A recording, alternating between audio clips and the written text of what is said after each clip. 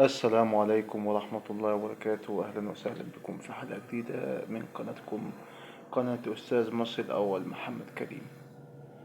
اليوم صحينا كلنا على خبر وفاة والدة لاعب الكورة المصري إبراهيم سعيد، لاعب النادي الأهلي ونادي الزمالك. الكابتن إبراهيم سعيد كان النهاردة يعني موجود في وفاة والدته رحمة الله عليها، ولكن الشيء اللي أثار استغراب الجميع إن الكابتن إبراهيم سعيد لما شاف الصحفيين وشاف الناس اللي هي جاية تصور وجاية تنقل خبر وفاة والدته رحمة الله عليها، كان بيتعامل لأول مرة بيتعامل معاهم بطريقة كويسة وبطريقة محترمة جدا. بيقول للناس، شكرهم إن هما بيغطوا يعني حدث أو خبر وفاة والدته رحمة الله عليها. فبيقول لهم يا جماعة، أنا بشكركم إن انتوا جيتوا النهاردة عشان انتوا هتكونوا سبب في إن الناس تترحم على أمي.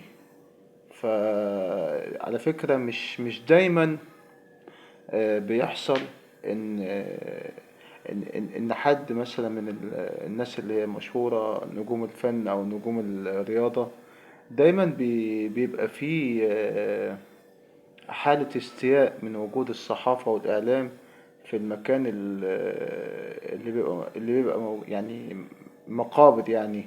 يعني سواء يعني شفنا قبل كده أحمد السقا قبل كده كان يستاء من وجود الصحفيين. كذلك الأمر هاني رمزي. ممثلين كتير جدا كانوا بيتضايقوا من وجود الصحافة والإعلام أثناء دفن موتاهم أو أثناء تلقي عزاء موتهم. من القليل جدا، مش بس ممثلين ونجوم رياضة كتير جدا، من النادر جدا ان انت تلاقي حد بيستقبل الاعلام والصحافة بطريقة فيها ترحاب او ان هو يعملهم بطريقة كويسة. انا في اعتقادي الشخصي ما حصلتش قبل كده ان في لاعب كورة او فنان شكر وجود الصحافة وقال لهم ان انتوا مثلا هتكونوا سبب في ان الناس تترحم على والدتي او على ابويا او على امي او الكلام ده.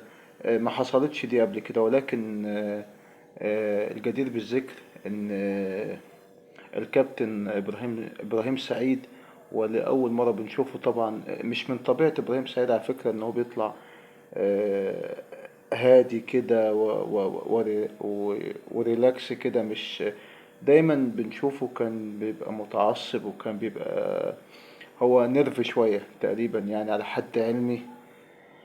أنا راجل يعني ما صادفتهوش، ولكن هو من الشخصيات اللي هي نرف شوية. ولكن اليوم كان واقف بهدوء بيكلم الناس بهداوة، وبيشكرهم. بيشكر الصحفيين والإعلاميين والناس اللي كانت بتصور. قال لهم أنا بشكركم لأن انتوا كنتوا سبب، انتوا هتكونوا سبب في إن الناس تترحم وتدعي لوالدتي برحمة. ربنا يرحم والدة الكابتن إبراهيم سعيد، ويرحم موتانا وموت المسلمين أجمعين. وإن شاء الله بإذن الله. ده كان خبر النهاردة. كل جديد، كل ما يخص الفن ونجوم الفن ونجوم الرياضة، كل جديد كل ما يخص الفن ونجوم الفن ونجوم الرياضة مش هتلاقوه في مكان تاني، هتلاقوه هنا في قناتكم، قناة أستاذ مصر الأول. أستودعكم الله الذي لا تضيع ودائعه، وأشوفكم دايما على خير وصحة وسلامة وستر، والسلام عليكم.